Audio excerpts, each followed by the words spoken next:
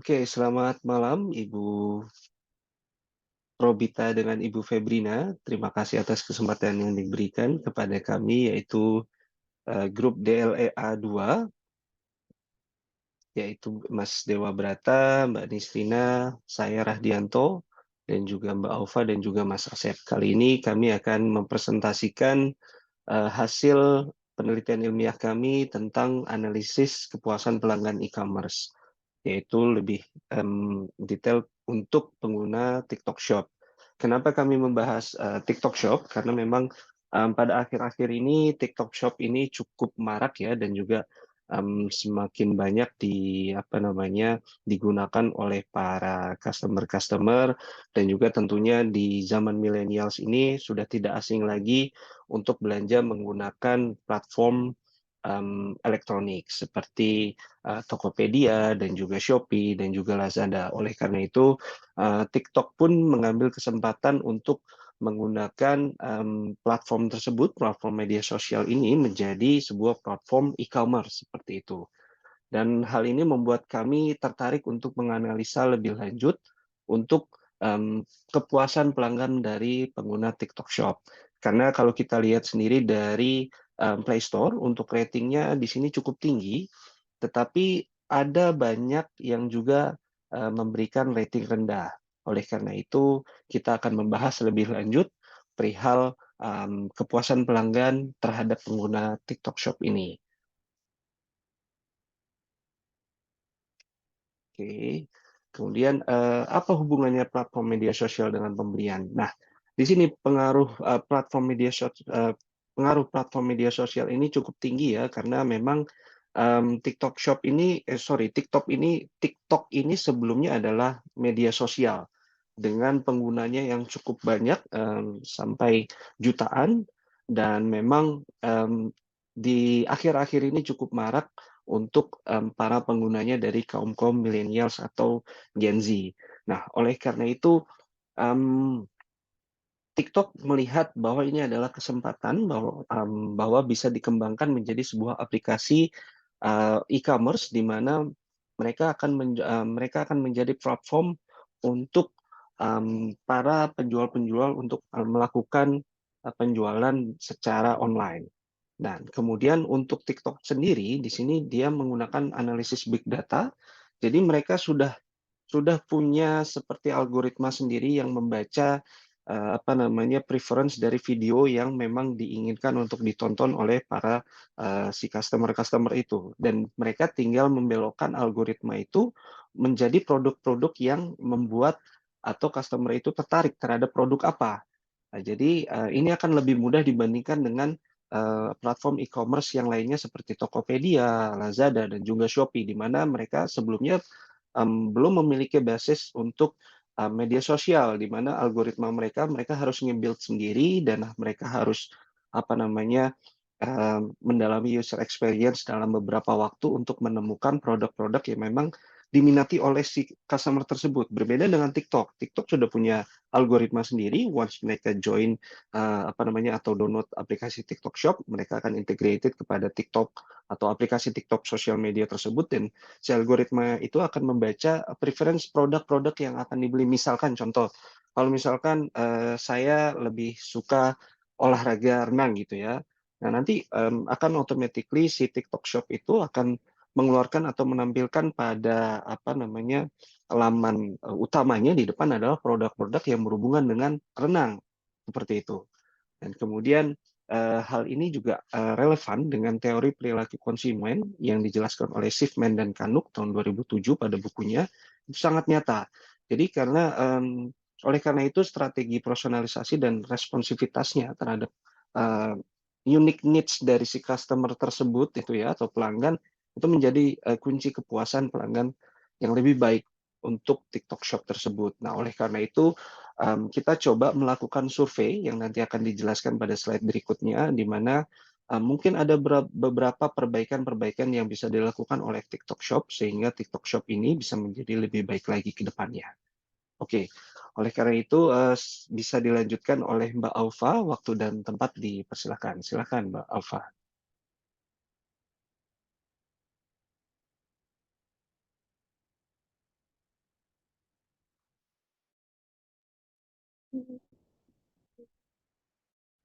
Mas Hussein nggak bisa share screen-nya. Hostnya masih disable.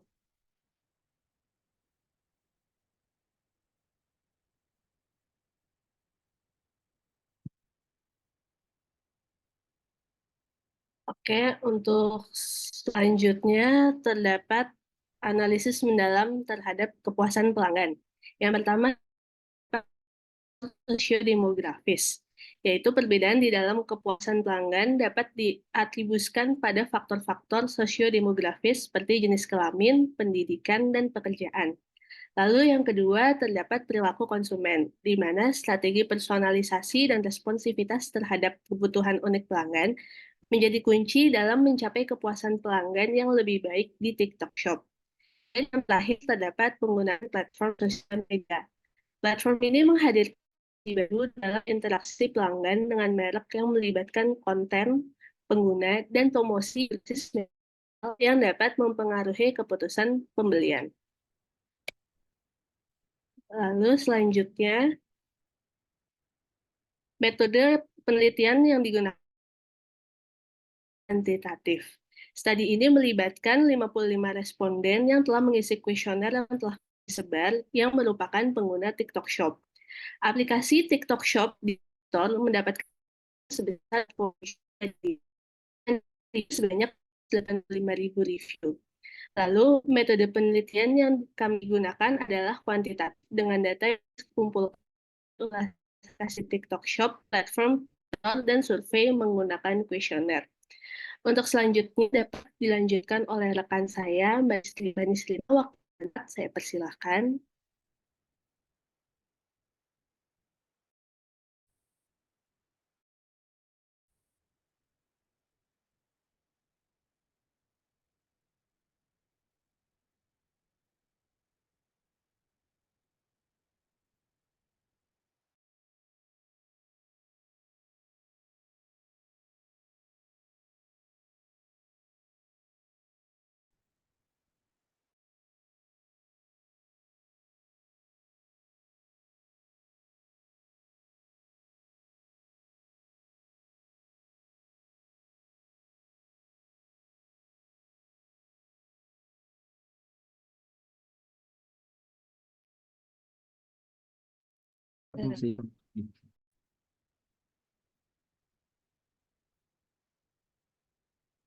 Dan Mislina, sorry, sepertinya masih ke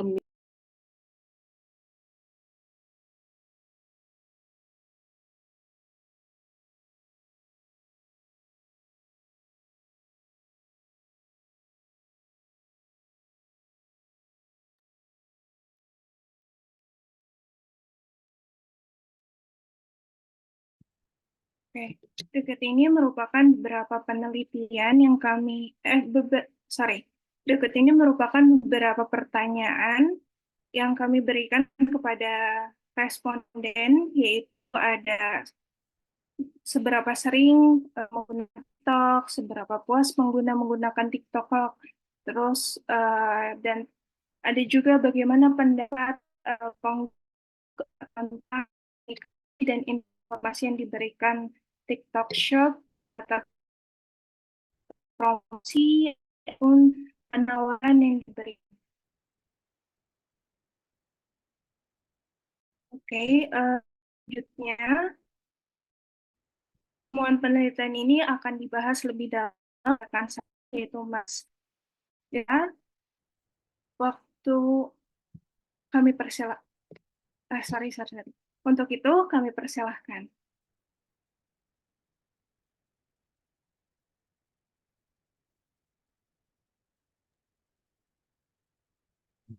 Sebentar, saya siap.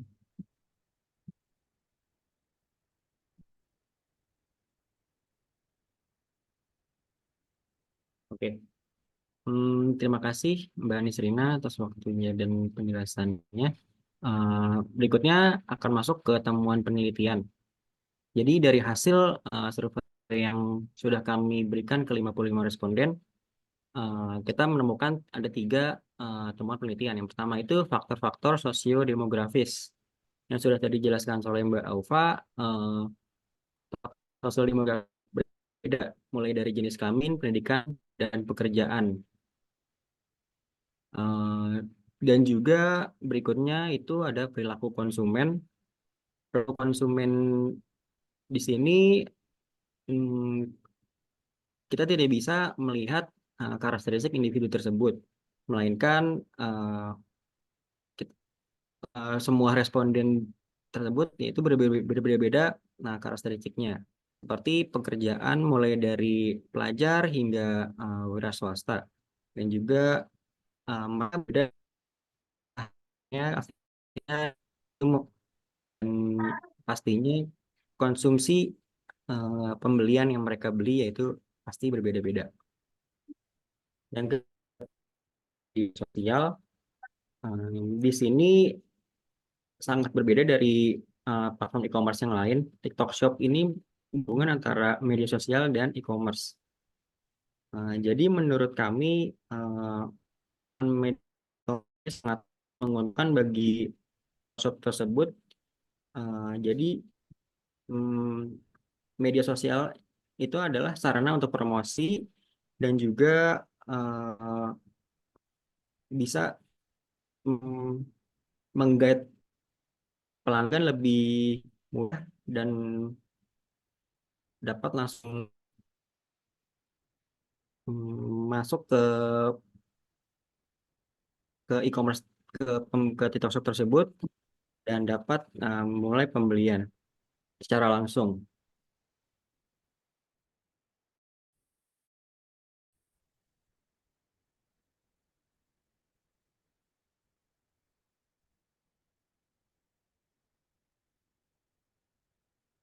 Berikutnya yaitu rekomendasi untuk meningkatkan kualitas layanan.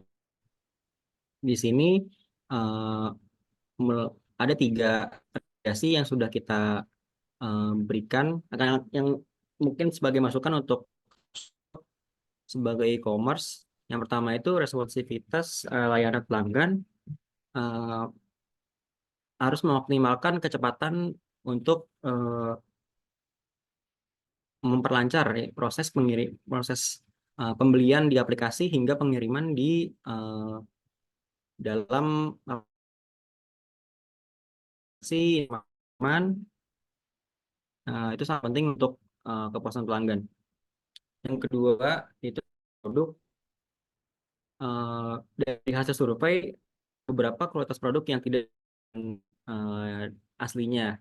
Mungkin dari masukan untuk pihak TikTok Shop agar bisa lebih mengontrol kualitas produk yang sudah dijual di dalam e-commerce tersebut. Yang ketiga itu antarmuka aplikasi. Antarmuka aplikasi itu kita bisa interface. TikTok Shop mungkin bisa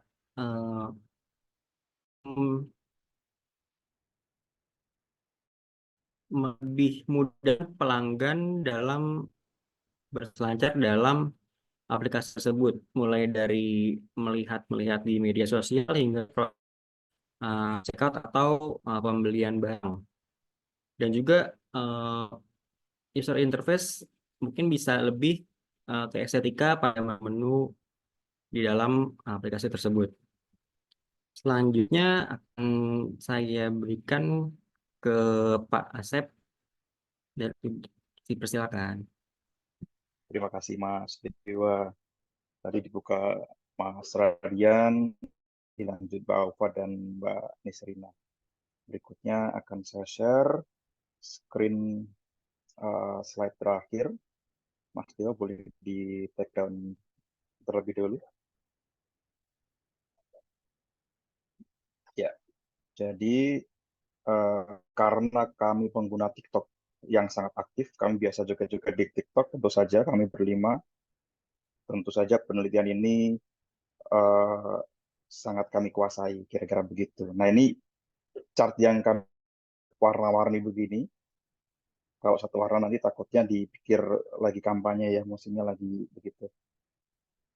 Nah, dari yang disampaikan rekan-rekan saya di depan tadi, ada beberapa hal yang perlu diperhatikan oleh TikTok.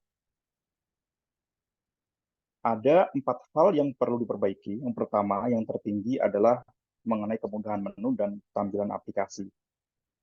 Memang sekarang ini banyak e-commerce yang menawarkan menu tampilan aplikasi yang menarik sehingga membuat pengguna betah dan akhirnya melakukan transaksi secara berulang di aplikasi tersebut. Kemudian yang kedua, yaitu kualitas produk dan layanan, seperti Mas Dewa tadi barusan, dilakukan kurasi untuk produk, jadi tidak sembarangan saja yang masuk, kira-kira begitu. Yang ketiga, terkait dengan kecepatan pengiriman produk, ini masalah banyak ekspedisi sebetulnya, tetapi kalau TikTok bisa melakukan lebih baik, tentu saja TikTok akan menjadi lebih menarik. Mengenai layanan interaksi dengan pelanggan, perlu ditingkatkan juga karena di TikTok sejauh ini interaksinya lebih banyak satu arah ya. Suaranya lebih besar dari orang yang menyiarkan jualannya, kira-kira gitu. Kemudian sisanya tadi ada 14% yang menyatakan bahwa TikTok belum perlu melakukan perbaikan terhadap TikTok Shop. Ini mungkin 14% orang yang cuma joget, tapi nggak boleh. Nah, ini memang kami lakukan survei terhadap 55 responden, belum sebanyak itu. Mestinya cukup berarti untuk menggambarkan apa yang terjadi pada TikTok Shop. TikTok Shop perlu dikembangkan tentu saja, karena nggak cuma joget, tapi juga bisa sambil belanja. Jadi jogetnya sambil belanja, dan itu tidak dilakukan oleh e-commerce lain. Apalagi sekarang, bahkan capres-caleg pun TikTokan, live sambil apa gitu. Jadi saking populernya. Sayang kalau dilewatkan untuk melakukan improvement, kira-kira begitu. Dan saya yakin TikTok berani bayar mahal terhadap penelitian kami ini. Tentu saja kami buka untuk investasi terhadap grup 2 di LEA, kami bisa melakukan penelitian yang lebih jauh lagi. Akhirnya, saya tutup dengan pantun. Ke pasar Senen naik gerobak kayu mogok di jalan. Terima kasih sudah menyimak. Demikianlah, semoga berkenan. Wassalamualaikum, selamat malam. Oke, baik Ibu Robita dengan Ibu Febrina, dengan diakhirinya slide dari Mas Asep, maka berakhir juga presentasi untuk penelitian ilmiah kami dari grup 2. Kurang lebihnya kami mohon maaf dan sekali lagi kami ucapkan terima kasih. Selamat malam Ibu Robita dan juga Ibu Febrina.